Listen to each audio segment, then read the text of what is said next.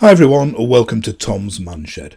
Right, first of all, I'd already recorded all this intro bit yesterday, and I was holding the item in my hand and I was going to show it you coming apart and everything. And then I come to edit the video and the microphone had come unplugged, so I had no audio in it at all. So I'm having to re-record it the day after. But of course, now it is the day after, and I've already soldered it all up and fitted it and everything. Now that was fine. That will be shown shortly, and it shows in detail how it comes apart. But obviously, I can't hold it in my hand now because it's all wired up, and it is at the moment connected to the car, and I'm running the shed while I'm recording this. Computer, camera, light, main lights, heater, all off the car. So what this video is about is recently, and by the way, I'll be doing loads of cards that appear up top here throughout this video with links to previous videos and tools I've mentioned and stuff like that. So if you see a thing pop up, it's relevant to what I'm saying at the time. Now, the reason I'm doing this is one of my videos recently was on the V2L capability of my new MG4, i.e. you could use your car to run mains appliances. And I bought this, and I show it on the video. This adapter, which just plugs in your charging socket, and then this end is a normal UK domestic 3-pin plug, and you can then plug your Hoover, your pressure washer, your lawnmower, whatever you want to run off this. Now, the main reason I'll be using this is for, like I say, in summer, mowing the lawn, doing stuff on cheap rate electric that I've charged up the previous night on the car during the day when the electric is expensive, and also down at my model flying field for charging batteries. Again, I show that in detail in the other video. And it's been working great. But during this cold snap, just recently in the UK, this whole last week, we've had temperatures as low as like -5 here in the UK. So I've been running the whole shed, as usual. As you know, I live in here basically, but I've been having the heater on more than I normally would.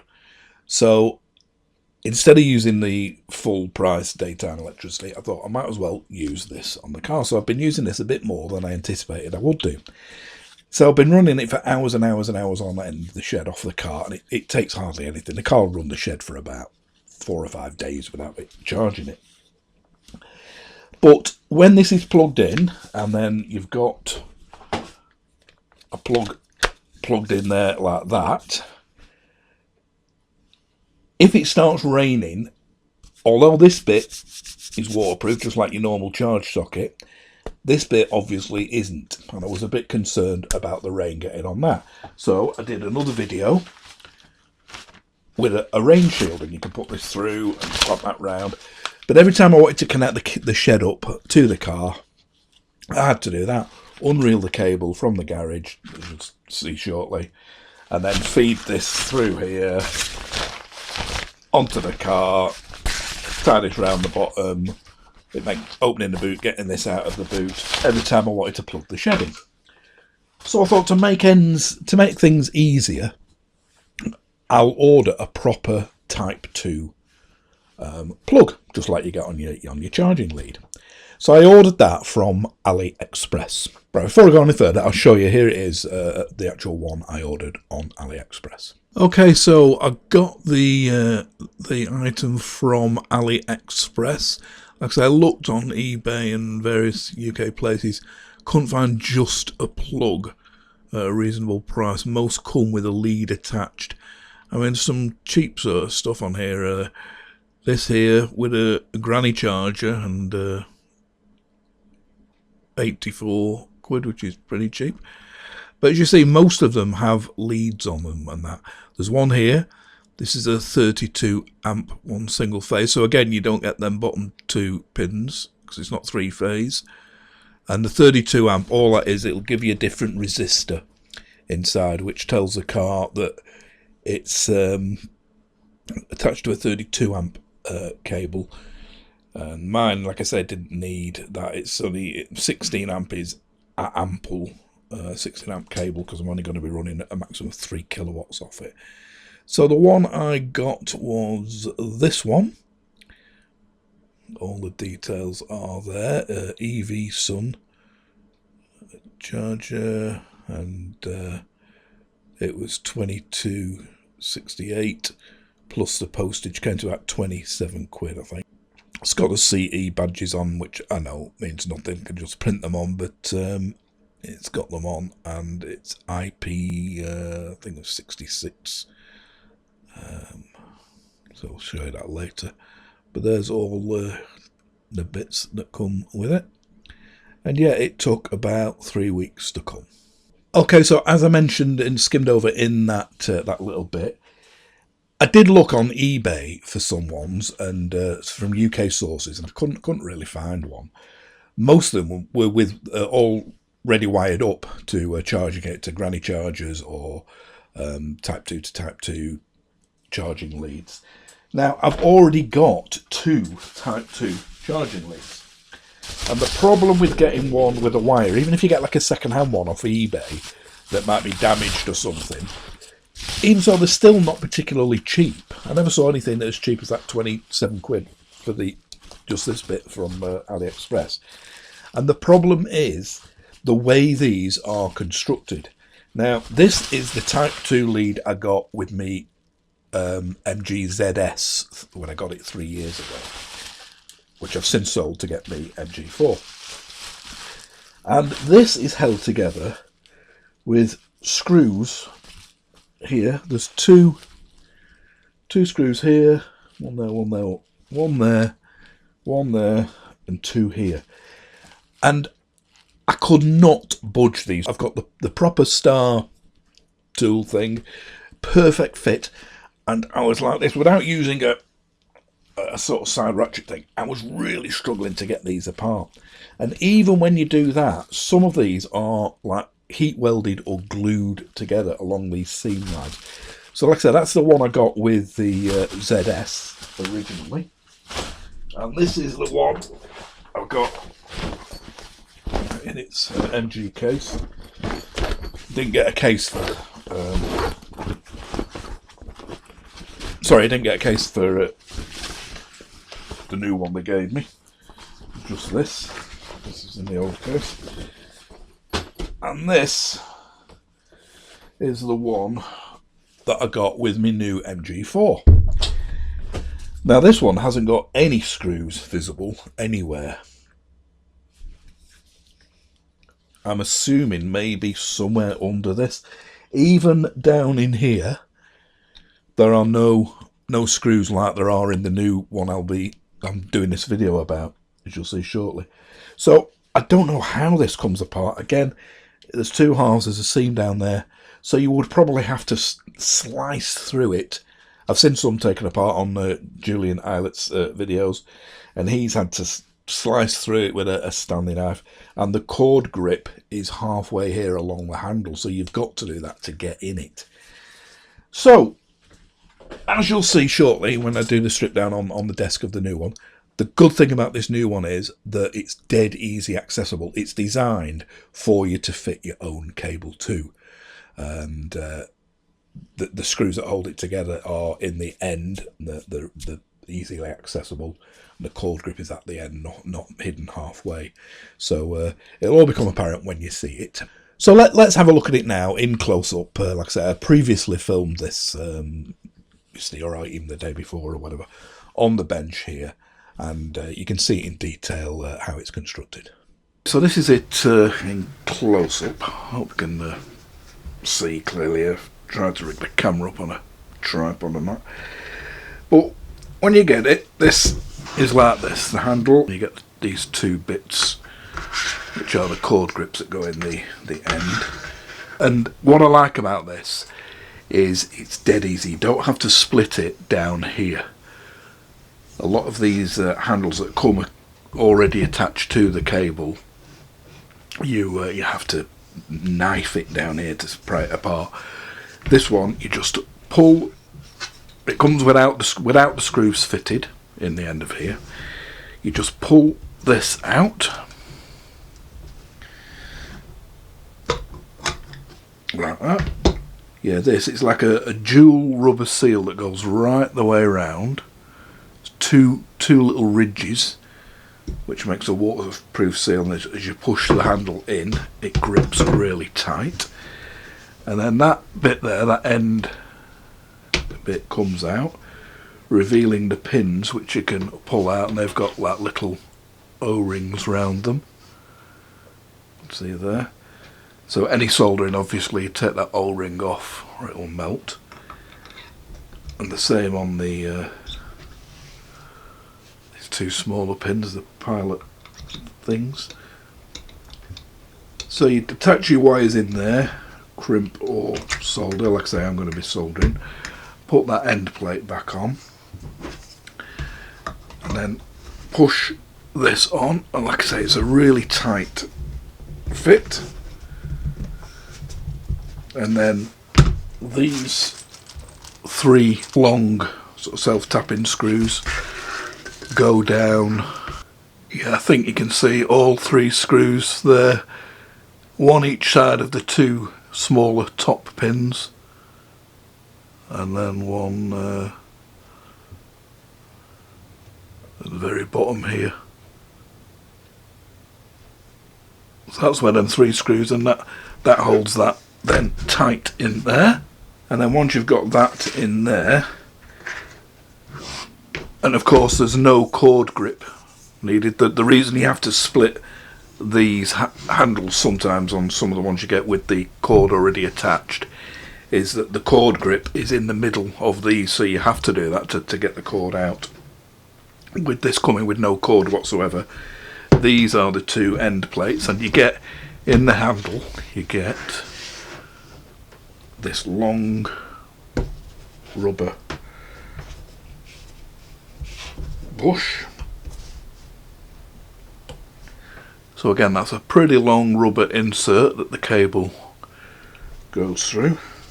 Obviously the hook there's a bit thick for my 2.5mm extension cable. It's more designed for a charging cable. And these are your two end pieces that go, and you see on here there's like threaded inserts in here, in this one, and there's two screws, I'll show you them in a second, go through there. So that acts like your cord grip, and you've got one bit of the cord grip there and one bit there in both halves, and then these fit to that, again going round that rubber bung like that, and over your cable like that.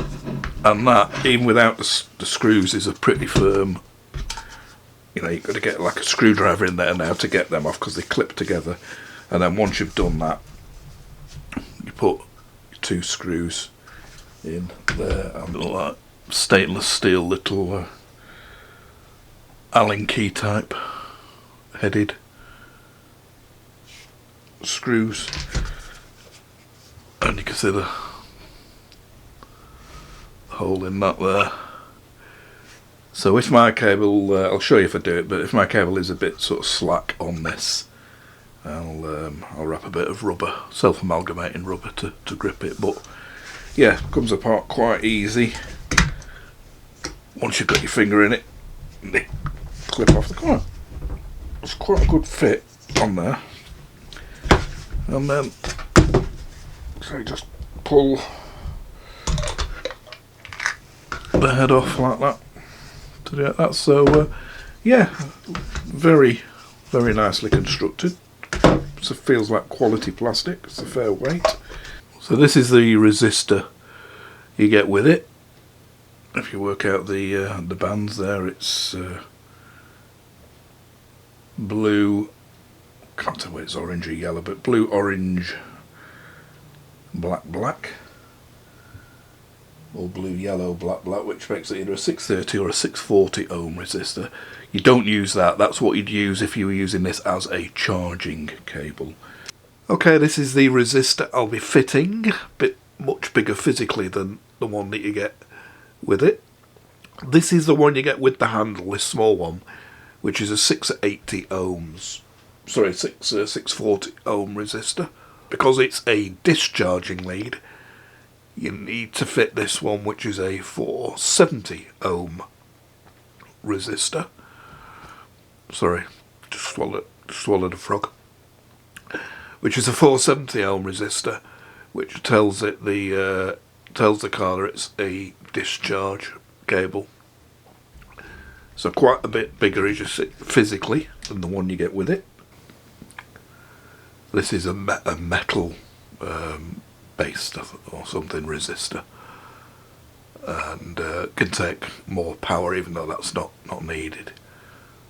I think it's like a 5-watt one or something. This, but do a reasonable price on Amazon, and I didn't need hundreds of them because I'm not likely to use any more. So I just got, I think, 5 of them. I'll show you that on Amazon anyway. So these were the ones I bought off Amazon. As you can see, it was 10 pieces, yeah, 10. 470 ohm, 5 watts. There's no need for that current, that power capability. It's only carrying sort of millivolts, I believe, this tiny resistor in here, but there wasn't that many.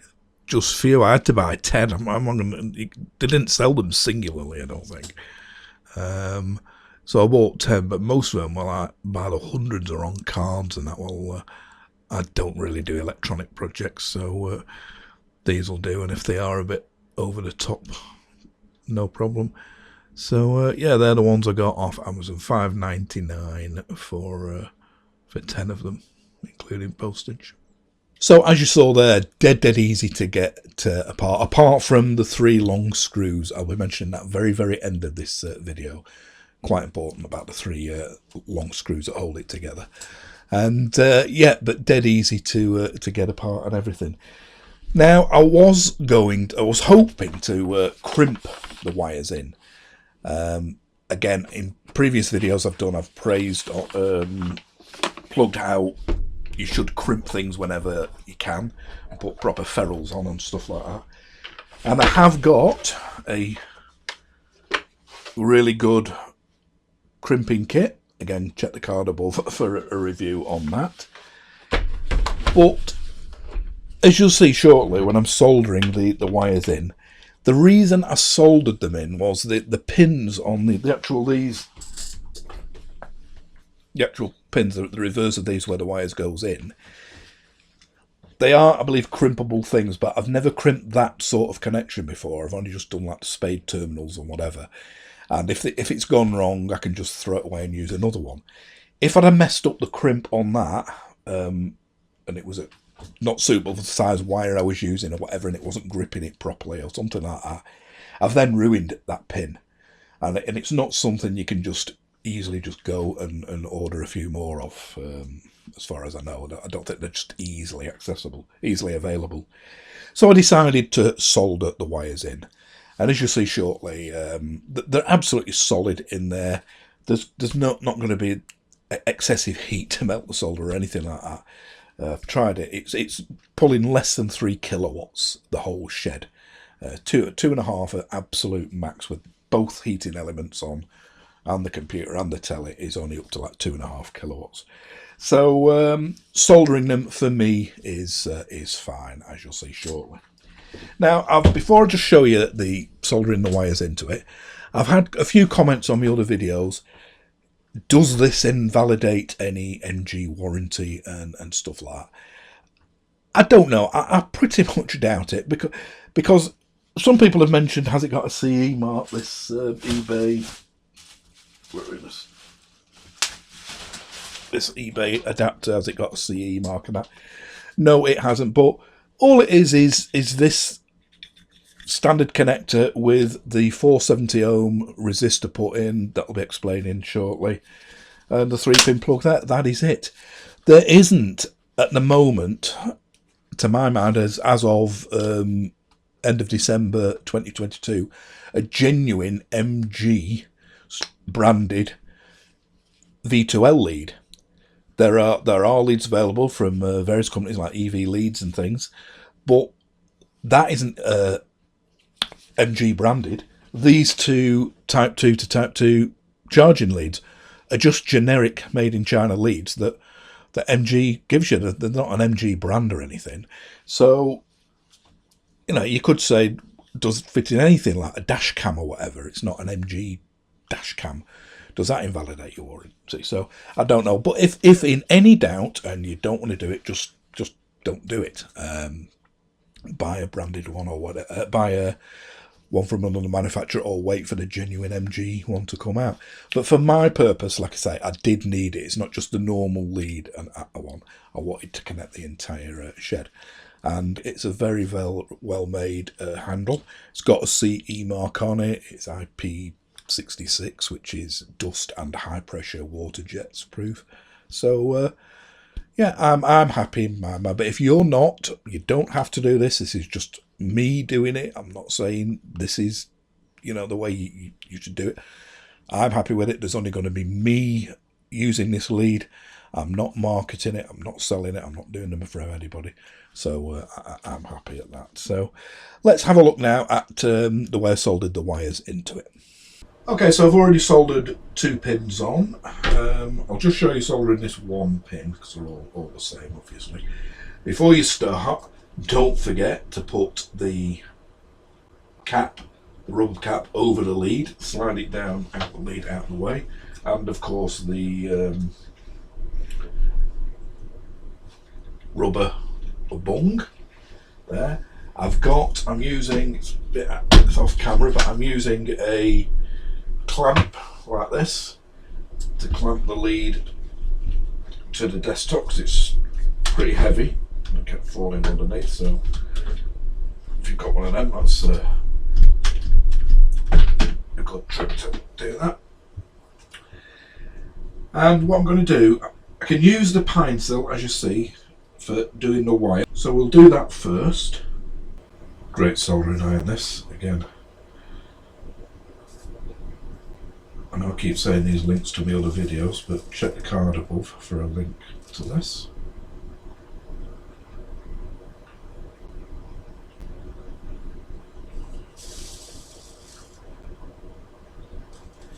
And when you're doing this, only just put enough solder on.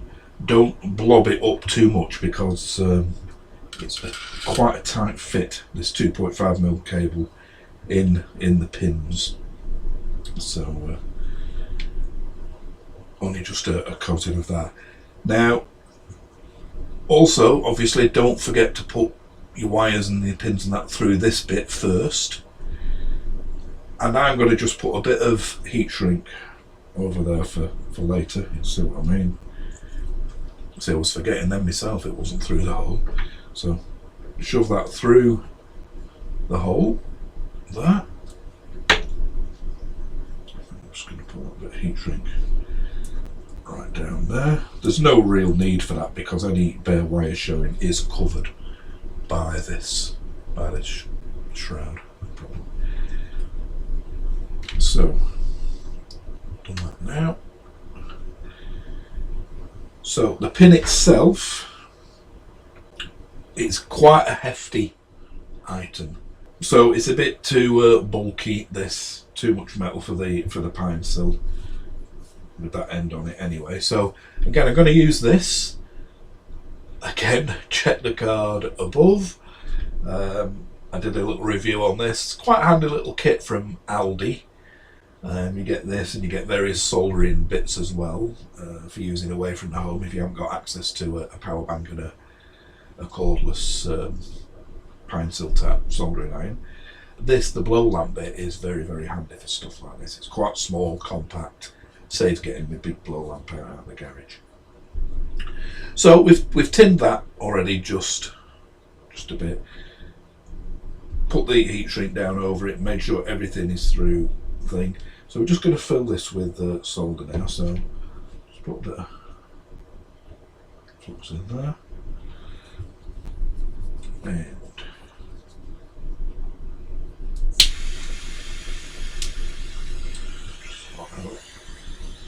and just fill this.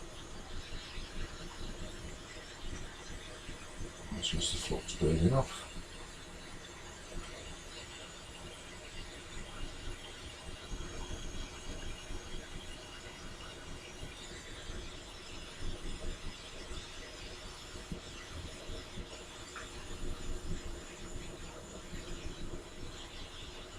you've got that flowing inside, you've sort of filled it up, pretty full. And now, I find it easier to bend the tip of this sort of like a rag on, so I can hold it away, because if you're holding it right above, it's obviously sizzling red hot. So just, like I said, the important bit is don't put too much solder on the wire. In fact, it just goes in. So get this heated up and get that shoved down. That's as far as it will go. Obviously some of the insulation will burn away, but this bit here is pretty thick, so there's no chance of any bare wires coming into contact with anything else. Plus I'll have the heat shrink round, and if you just want to do an extra little bit just to satisfy yourself,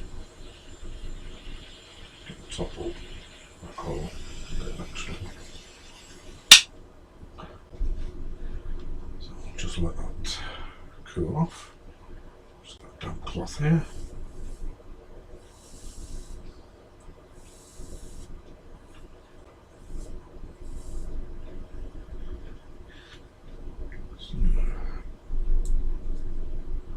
Clean off any flux residue. And the heat shrink.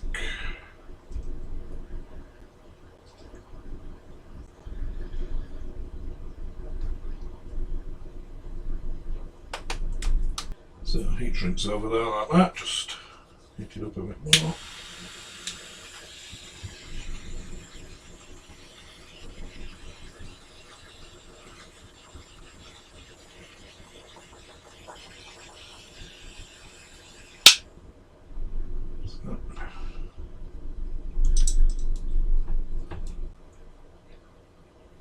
Cool off.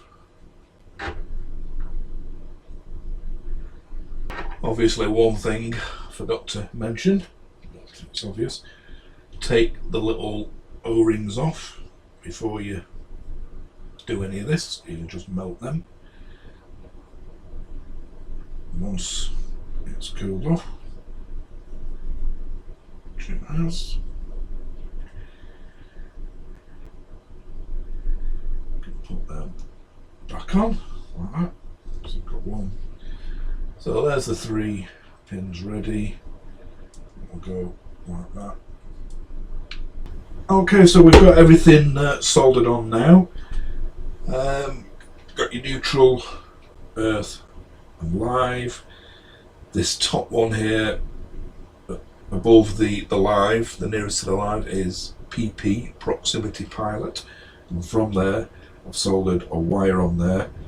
Normally grey, I think, in V2L, but I didn't have any grey wires, so it's a black wire. That goes to the 470 ohm resistor, telling the car that this is a discharge cable, not a charge cable, and then that branches in here, soldered an earth wire on there, and that branches into the main earth of the main charger. And then the other plug here is connected to nothing. It just goes in there. So we're going to shove it all back together again now. Everything's heat shrink, there's no bare ends anywhere. This will disappear within the handle. The cord grip is further down here. But what did I tell you at the beginning of this video? Remember to put the the cover over the lead and the cord grip, which I did, but what did I forget to put over? The main handle. So luckily I don't have to unsolder all this lot. I can just shove undo the cable the other end where it joins the drum and the double socket on the drum, and shove it down from that end. So that's what we'll do now, get this all back together and go and try it on the car. Okay, so that's all the soldering done. The whole thing is screwed together. Like I say, if you're just putting yours on the end of a cable and then your double sockets or whatever, last thing on it, you can slide the handle up, no problem. But so don't forget to put the things through that back plate first, and that, or you'll have to unsolder. Now, one thing I did find when I was putting it together was the 3 screws they give you to hold the thing, the actual front, into the handle itself are far, far, far too long. I got them in, they're really tight. The self-tappers going into just a plastic post. And I got them so far and I just could not get them anymore. And I had exactly the right driver head in, it wasn't slipping or anything. And I was absolutely full force and they just were not going. So I took them out, sprayed some PTFE spray in there and put a bit of silicone grease on them. Still no good. So whether they're coming to the bottom of the post, it hasn't been drilled deep enough or drilled right through or whatever. I can't really tell, but what I did was I put some smaller ones in, because if you don't, you get it right, you get it in about ½ an inch and the head will sort of like come out because it's not gripping it tight enough. So they only need to be about an inch shorter than them, ½ an inch shorter. So I had some exactly the right size, and there's like ½ of an inch of screw thread in there, and it's tight as anything. You cannot pull it out, and they went in okay. So it's worth remembering that if you have difficulty tightening them, that's what it is. Use some slightly smaller ones. But yeah, that's it now. So all soldered together on the cable. Let's have a look at it in the garage now, or in situ. So all I need to do now is go over here. You'll see we're in mains at the moment, so I'll switch the shed to either 0 or V2L. I usually put it on 0 first. And now we've got, just unplug that to enable the reel to unreel. And now we've got it on the Type 2 handle we just put on. I'll walk to the car. As I'm doing it, the reel is unreeling.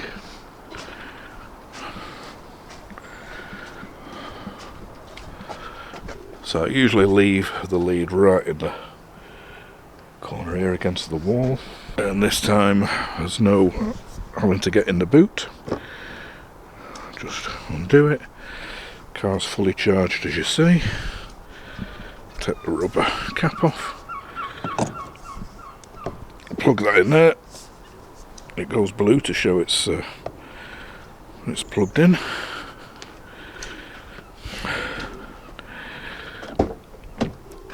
And as we go in the car,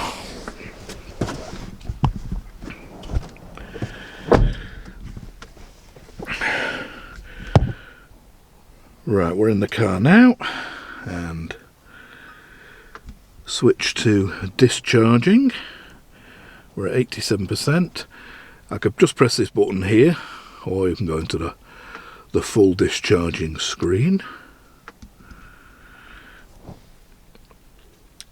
And that's where you set it to not discharge below 20%. And you can see there it says start discharging, and if I press that now, preparing, you can hear some clunks and things in the car, and you can see that padlock now has gone to locked, and we're now discharging. It says stop discharging there now. And if we go back to the shed, I can tuck that cable right in the corner down there and still shut the garage door. Plug that in now down here.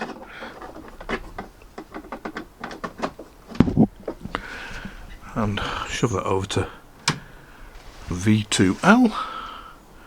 So the shed is now running on the thing, and you can see if I turn the lights on in here now, we've now got power to the shed, including the heater and everything. So there you have it. That's it. Saves me having to, like I say, plug that in every time and put the waterproof cover on. I've no need for this now, really. unless it was an absolute snowstorm or something I wanted to stop something like that. But because I'm not going to be using this in the rain anyway. It was only to protect it when I was connecting the shed for long periods. But every time I use it now, it'll just be in fine weather when I'm flying models, mowing the lawn or whatever. So that will remain in the boot of the car. It still works fine. And just for running separate appliances, for running the shed, the whole shed, I've got that easy plug. Now, one thing I did try, if you look back at some of my other videos, particularly the ones doing the fan heaters versus oil-filled radiators, I noticed there was only 220 volts, 224 volts getting to the shed from the V2L of the car. And I wondered whether it was loss due to the length of the cable. Like I say, it's not that long, and it is 2.5 mil. So I shouldn't be getting any voltage loss along it. And so sure enough, just for curiosity, I plugged, or I thought maybe it's this, something down. But when I plugged this new connector I've just put on now, the Type 2 connector, and tested the voltage here, again, it's just the same 224 volts.